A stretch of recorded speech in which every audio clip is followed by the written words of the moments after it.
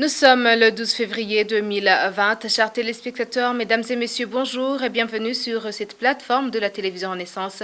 C'est le journal en langue française. Tout de suite, les titres. L'insécurité persiste au Burundi. Un commerçant au nom de Célestin Dabashinze assassiné dans la province de Rumongue ce dimanche. Le criminel était impliqué dans l'assassinat de Ernest Manirumva, l'ex-vice-président de l'OLUCOM. Le coronavirus cause un impact négatif sur l'économie mondiale, ce qui touche également les hommes d'affaires burundais. C'est d'après Faustin Ndikumana, un économiste indépendant. Vous allez le suivre dans ce journal. Les criquets ravageurs envahissent depuis ce dimanche l'Ouganda et la Tanzanie. Voici pour le sommaire. À tout de suite.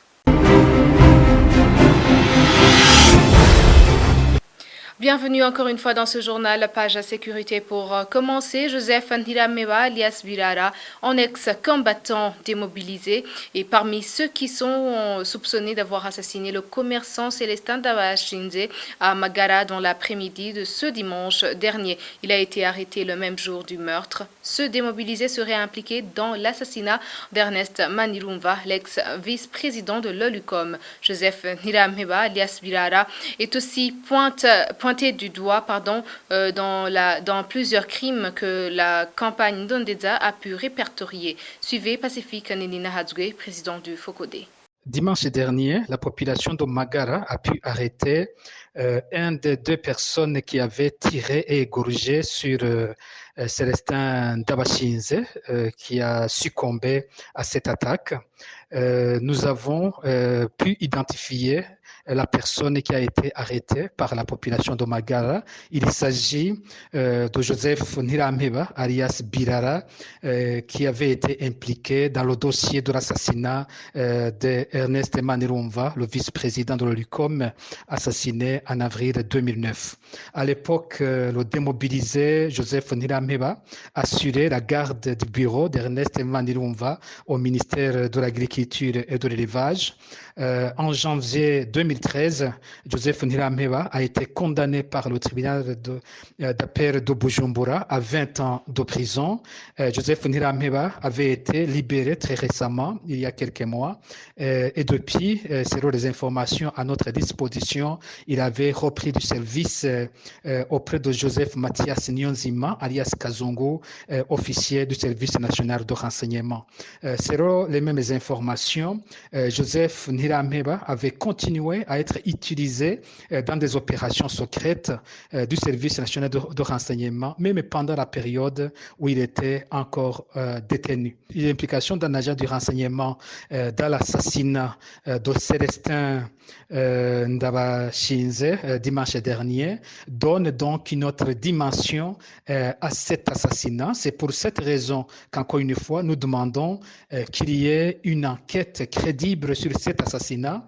Nous savons qu'à plusieurs reprises, quand des agents du renseignement ont été attrapés dans des crimes, soit ils sont rapidement libérés, ils ont été plutôt rapidement libérés, ou bien ils ont même été tués ou ont disparu pour empêcher que la vérité éclate sur ces crimes. Page politique à présent, les leaders des partis politiques sont appelés à rester près de leurs militants dans cette période électorale. C'est dans le but d'éviter que certains politiciens divisent la population durant le processus électoral de 2020. Ce sont les propos de Edouard Nduwimana. L'ombudsman burundais dit qu'il se réjouit de voir le rapatriement de certains Burundais qui viennent s'associer avec leurs concitoyens en vue de reconstruire le pays. Il a dit lors d'une conférence de presse qu'il a animé ce mardi.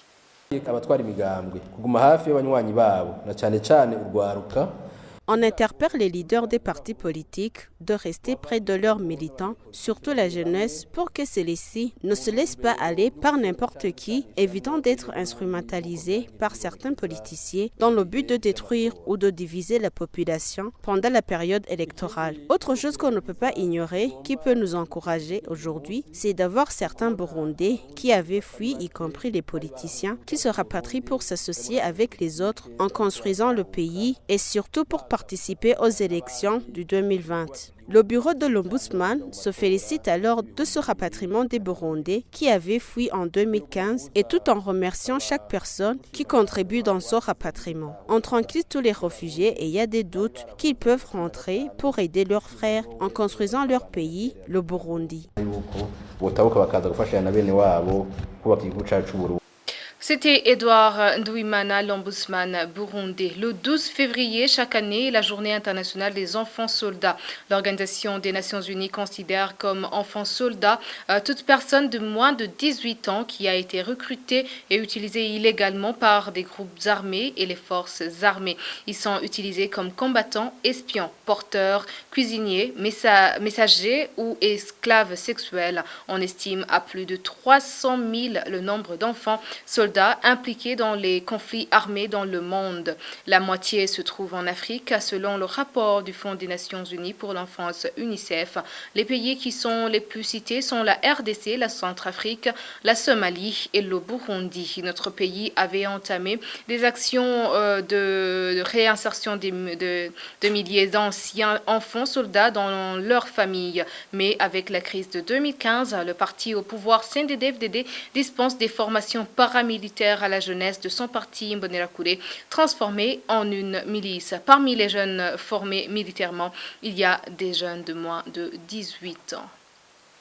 Le contingent burundais en mission de maintien de la paix en Somalie précise qu'à côté des activités militaires, ils aident la population somalienne dans d'autres travaux comme la distribution d'eau et de médicaments. C'est ce qui a été dit ce mardi par le lieutenant-colonel Nchamurigo Bed, chargé des relations sociales en Somalie. Il dit en outre qu'ils envisagent de réhabiliter les écoles détruites pendant la guerre. Suivez. À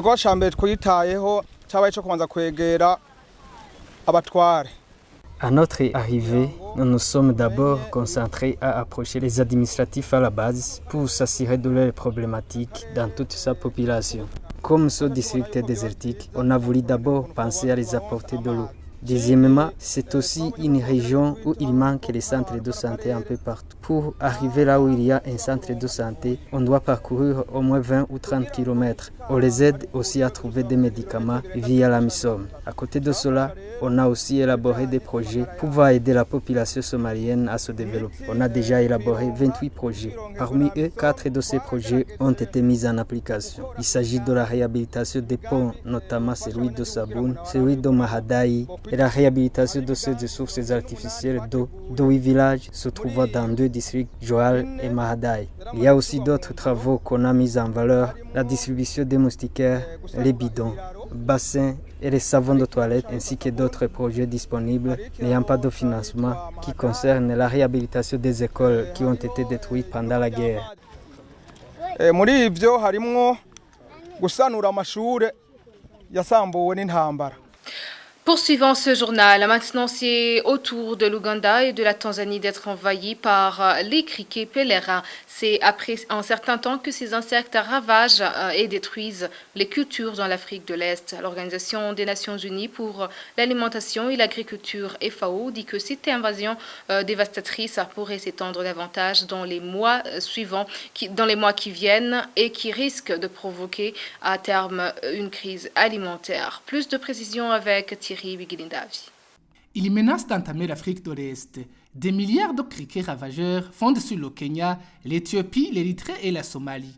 Des arbres totalement recouverts par ces insectes incroyablement voraces, ils mangent tout, ravagent les cultures, menacent les récoltes. Cette invasion s'explique par des conditions climatiques exceptionnellement favorables à la reproduction des criquets. Après ce ravage dans la Corne de l'Afrique, maintenant c'est au tour de l'Ouganda et la Tanzanie d'être attaqués par ces criquets pèlerins. En Tanzanie, des SM ont été signalés dans des villages près du mont Kilimanjaro et en Ouganda dans la région de Kalamoja au nord-est. D'autres pourraient atteindre bientôt le Soudan du Sud, le Rwanda et le Burundi. D'après certaines recherches, ces criquets ravageurs dévorent en une journée ce que mangeraient 35 000 personnes. L'Organisation des Nations Unies pour l'alimentation et l'agriculture, dans une conférence de presse ce vendredi à Nairobi, a indiqué que c'est une invasion dévastatrice qui pourrait s'étendre davantage dans les mois qui viennent et risque de provoquer à terme une crise alimentaire sans précédent.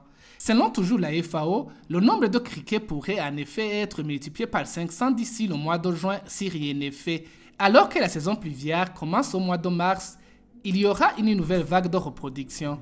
Maintenant est donc le meilleur moment pour contrôler les SM et protéger les moyens de subsistance et la sécurité alimentaire des populations, explique David Firi, le coordinateur de la FAO. Au Burundi, même si le pays n'a pas encore enregistré l'invasion de ces criquets ravageurs, il apparaît que la population est déjà hantée par leur peur. La preuve, les habitants de Kabezi, en province Bujumbura, ont cru avoir été envahis par ces criquets ravageurs, alors qu'il ne s'agissait que de sauterelles vertes, comme l'a affirmé le ministère de l'Agriculture et de l'Élevage en démentant cette invasion.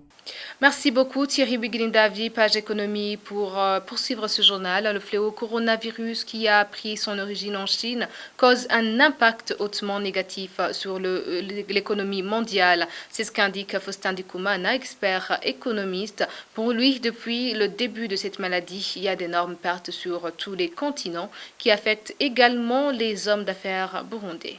La Chine est actuellement la deuxième économie mondiale. J'imagine que si la situation continue comme ça, il y aura un impact au niveau de la structure économique mondiale. Actuellement, la Chine est considérée comme l'usine du monde entier. La Chine fabrique une gamme de produits qui sont exportés, qu'elle exporte dans les pays en voie de développement du tiers-monde, dans les pays émergents, dans les pays développés. C'est pour cela même que actuellement la balance commerciale, par exemple, entre la Chine et les États-Unis, la balance commerciale était déficitaire en défaveur des États-Unis parce que la Chine avait fait une offensive de vente à l'extérieur. Maintenant, avec cette maladie, c'est après parce que, vous savez, les vols ont diminué. Beaucoup de compagnies aériennes ne font plus le trafic avec la Chine.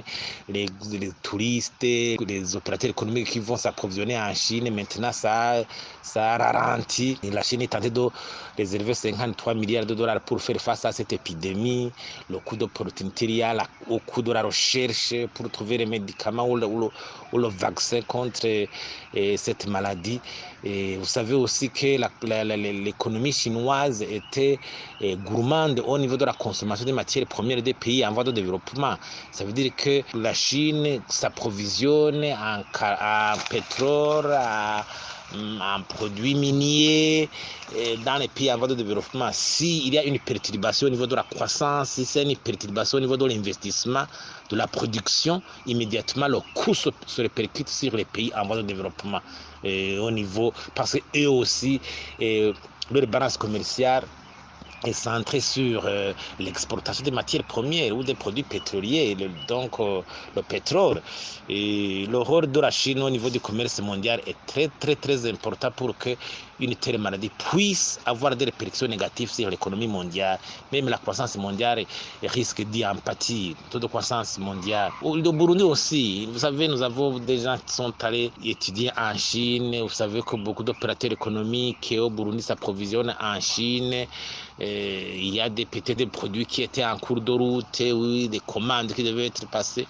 Nous aussi, nous pouvons voir une perturbation au niveau de l'approvisionnement en produits finis, parce que le commerce du Burundi avec la Chine aussi, c'est l'un des pays asiatiques qui font le commerce avec le Burundi de façon intensive, si du moins on analyse la structure de la balance commerciale.